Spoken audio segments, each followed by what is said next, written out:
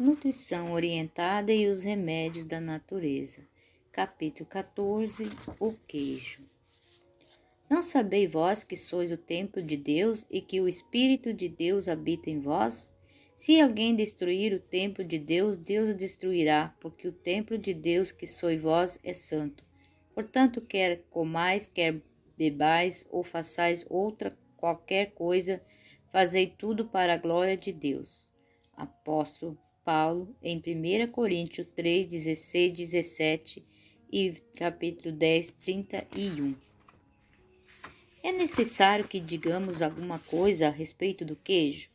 Embora seja de conhecimento geral que ele é um produto rico em proteínas completa e apesar de ser frequentemente recomendado pelas maioria dos médicos, toda vez que precisam reforçar o uso da proteína, temos contra ele sérias objeções. Não há suficiente prova científica contra o uso do queijo, senão algumas referências não muito categóricas. Entretanto, há evidências incontestáveis contra ele, que só elas seriam o bastante. Há alguns anos atrás, se verificou que o queijo causava uma imediata elevação da pressão arterial. Até mesmo uma fatiazinha de 20 gramas era suficiente para elevar a pressão. Então, se descobriu que o perturbador oculto era a tiranina, encontrada em certos tipos de queijo. Um dos males mais notáveis no queijo é o fato de que ele causa prisão de ventre. O uso de queijo agrava os problemas da evacuação regular. Embora algumas pessoas não o percebam, o queijo atrasa a eliminação completa dos dejetos intestinais. Ellen White escreveu em 1868: o queijo jamais deveria ser introduzido no estômago. E mais tarde, em seu livro, o queijo é muito mais objetável, ele é totalmente impróprio para os alimentos. E então, as páginas 368 a 370 de Conselho sobre o Regime Alimentar, ela faz mais 8 referências ao queijo, condenando mesmo o queijo fresco, o tipo que chamamos usualmente queijo de Minas. Numa das passagens ela diz: o efeito do queijo é deletério. E na última delas fala experiência pessoal. Nestas palavras, nunca pensamos em fazer do queijo artigo de alimentação. Depois dessas afirmações, cabe uma pergunta: haverá uma razão científica para o que foi dito a respeito do queijo? É certo que não sabemos no momento até onde a ciência nos levará, e nessa direção há pesquisadores estudando o assunto, mas só considerarmos alguns fatos conhecidos bastaria para darmos atenção aos conselhos acima referidos. Estranhamos o seguinte: o fato de que o queijo é curado por bactérias e que essa atividade bacteriológica é essencial para a produção do odor e sabor característico do produto final não remove o estigma de podre e estragado de um produto no qual a indesejável atividade bacterial desenvolveu cheiro, paladar e textura anormais. Muitos produtos deste tipo são constantemente observados e classificados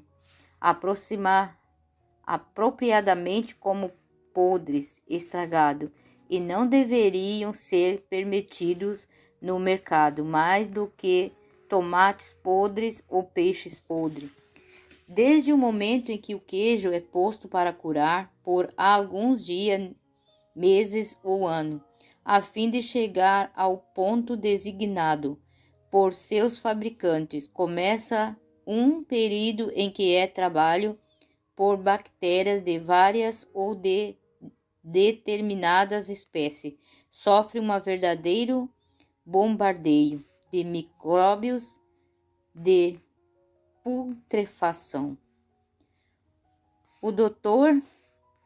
Loma Linda, Califórnia, diz: durante a cura do queijo, vários tipos de bactérias e fungos de mofo operam nas proteínas, gorduras e carboidrato do coalho, através de processo de fermentação e decomposição.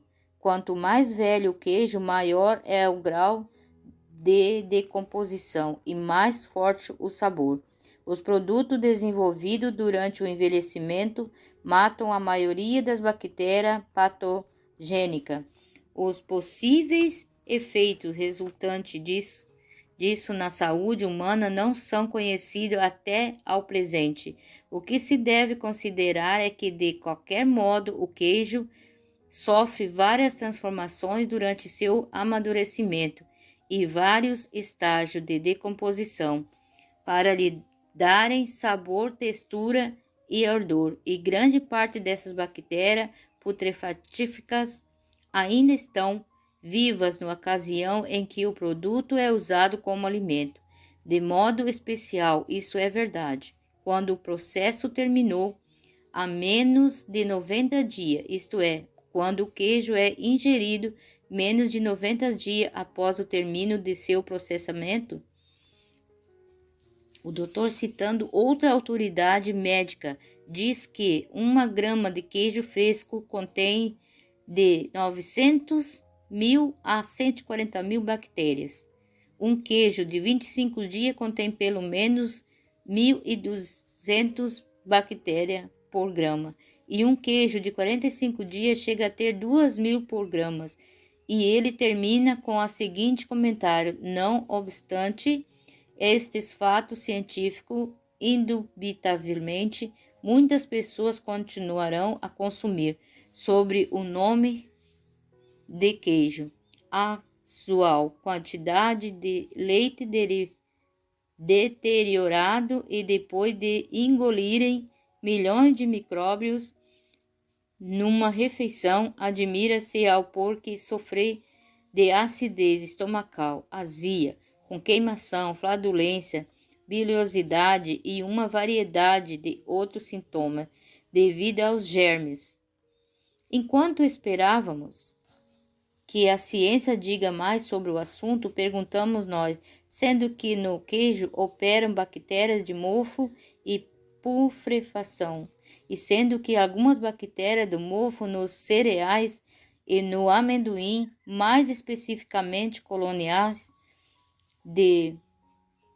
produzem câncer e deve ser e considerar o queijo como passível de favorecer ou de predispor o organismo para o câncer. Ou seria preferível, por via das dúvidas, ir arriscando nesse delicioso prato até que venha a resposta. Outra forte razão. Para encarar este capítulo, queremos dar outra razão importante para o não uso do queijo. Esta é quando a semente do coalho, somente do coalho na fabricação de queijo. Antigamente, o iniciador do coalho era fabricado com estômagos de bezerrinho. Hoje, devido à enorme indústria queijeira em todo o mundo, esses coagulantes passarão a ser feitos com grande porcentagem de estômagos de porco. Num artigo escrito pelo Dr. Tecno do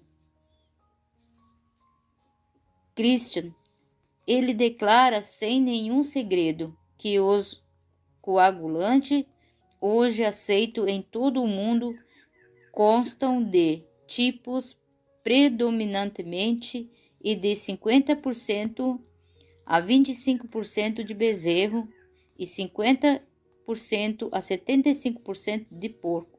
Talvez seja esta aparentemente uma razão de que pouco peso visto. Esse coagulante é usado em quantidade pequena que diríamos não dever contá-la, mas para aqueles que conhecem os males que certos animais representam para a saúde, estou certo, estes rejeitarão qualquer contato com alimentos produzidos à base de porco. E a ricota? Quando a ricota é, na verdade, o que chamaríamos melhor de coalhada escorrida, não há dúvida de que a recomendamos como excelente alimento. Até um componente precioso para complementar as proteínas incompletas dos feijões. Mas insistimos em que a melhor ricota é a que fazemos em casa, coalhando nós mesmos o leite, escorrendo o soro e comendo-a de preferência no mesmo dia, antes de começarem a operar nela as bactérias do bolor. A ricota deve ser usada recém-feita, sem conservantes químicos, como as que se vendem em geral.